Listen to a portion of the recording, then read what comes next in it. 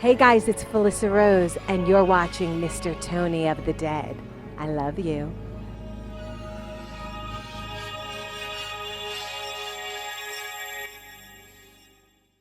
Hey everybody, what's going on? Mr. Tony of the Dead here, and I have another movie review for everybody out there. This one's on a movie called The Dicks from Texas, and this is from MVD Entertainment. This is a documentary on a band called The Dicks, who were from Texas. And this is a band, a punk band, from back in 1979 to, I believe, 83 or 84, something like that. That's how long they lasted. But they were a poster band. And, well, what that means is, like, they'd make flyers and stuff, like ridiculous flyers that made up names and stuff of places and times. And it was just fake. And it all happened when Gary Floyd, who was the singer of the Dicks, who was also the very first openly gay punk, I guess, back in the day. And he was a lead singer of the Dicks. And he went and saw the Sex Pistols in San Francisco, I believe it was. And when he was out there, he was telling people how he had a band called Dicks, back in his town. So when he got back, like, that's where he started making the fake flyers and everything. And then eventually, like, there was a guitar player, there was a bass, and they needed a drummer. Got a drummer, actually formed a band called the Dicks, and they're very early punk, like I said, obviously 1979, and they're I can't really describe their music. It's kind of like Minor Threat-ish. And also Henry Rollins wanted, a lot of bands back then wanted the Dicks to open for them, and they were like, we should be opening for them. Like, they really respected them.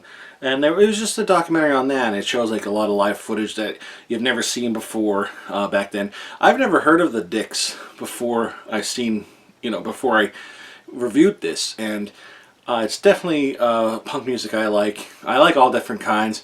This is more music like maybe my teens or my early 20s, but I still get into those moods where I want to hear like fast mosh pit punk music, and I really like this.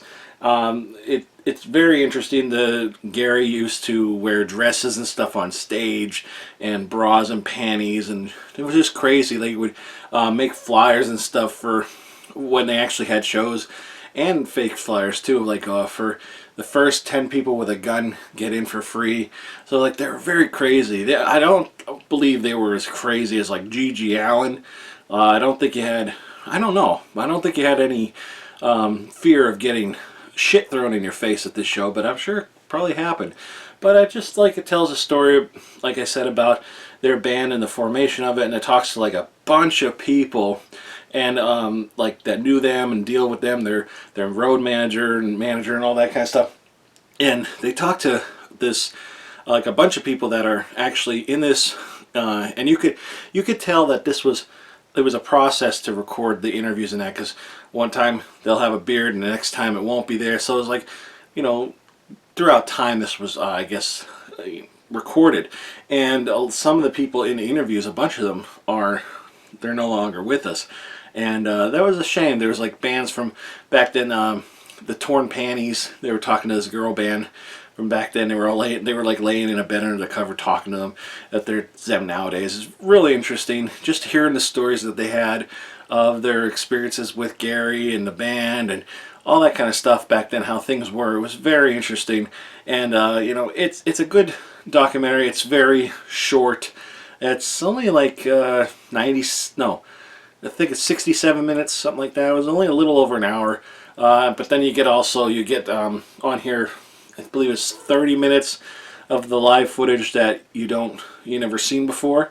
So that's really interesting too. So if you're into like the old punk era, type of music, Minor Threat, those kind of bands, you'll definitely dig this. Sex Pistols, like that, back in the day when punk was all over the place and it was, just starting out, I guess. But they have their hit, it's like a cult underground kind of hit for back then. It was called Hate the Police, and I never heard it before. At least I didn't think I did, but it's one of those songs like I might have heard that before, because when they're playing here, I'm like, That sounds familiar, but looked like a lot of fun. You know, he was just like they were just like easygoing people. You know, all lived in a house, squatting kind of stuff. Like it just really interesting documentary. And then I believe they got together again in 2005 for a reunion show, the original Dicks, and so that's really interesting to see too. And you know, they had their fans and all that come out, and all the people nowadays that were from back in the 1979 coming out now. You know, obviously they're a lot older, but it's really interesting. I really dug this. It's a quick watch, and you know, now I have another band that I want to listen to. So yeah, head on over to MVD Entertainment. I'll put the link below where you can get this. Well, that's it. Thanks everybody for watching. Make sure you check out the trailer for this at the end of the video, and also go on Facebook, Instagram, Twitter, Tumblr, and Horrormino and follow me. Subscribe to me on this channel, on YouTube, all that kind of stuff. So that's it. Thanks everybody for watching. Talk to you later. Bye. If you were a misfit, the Dicks music was for you. The punk community by nature were the outsiders. The music was so frenetic and fun. They're just making stuff up and going for it. Distorted, loud, nasty. It had never occurred to me before seeing the Dicks that being afraid of the band could be a cool idea. Yeah, we definitely, of all the bands in Austin, were arrested. They'd been told they'd been run out of Austin because they were wanted on charges of terrorism. Things start burning, things start getting rugged, panties start coming off. If you were there, you were cool because you were there. You would have to drink beer continuously just to stay hydrated. What a scene.